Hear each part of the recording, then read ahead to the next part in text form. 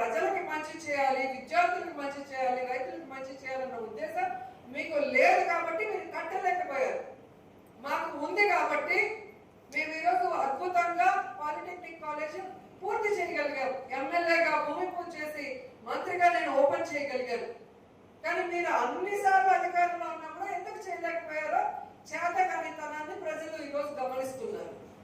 అలాగే మీరు చూస్తే మున్సిపల్ ఆఫీసు ఈరోజు మీరు గొప్పగా మేము ఒక ఫ్లైఓవర్ వేసామని చెప్పుకుంటున్నారు. అది ఎందుకు వేశారో పుత్తూరు ప్రజలందరికీ కూడా తెలుసు. మీకు కాని వాళ్ళని రాజకీయంగా ఎదుర్కోలేక వాళ్ళని నాశనం చేయడానికి, వాళ్ళ ఆస్తుల విలువ పడిపోవడానికి ఎంతో అద్భుతమైన స్థలం అది ధర్మరాజుల గుడి ముందర.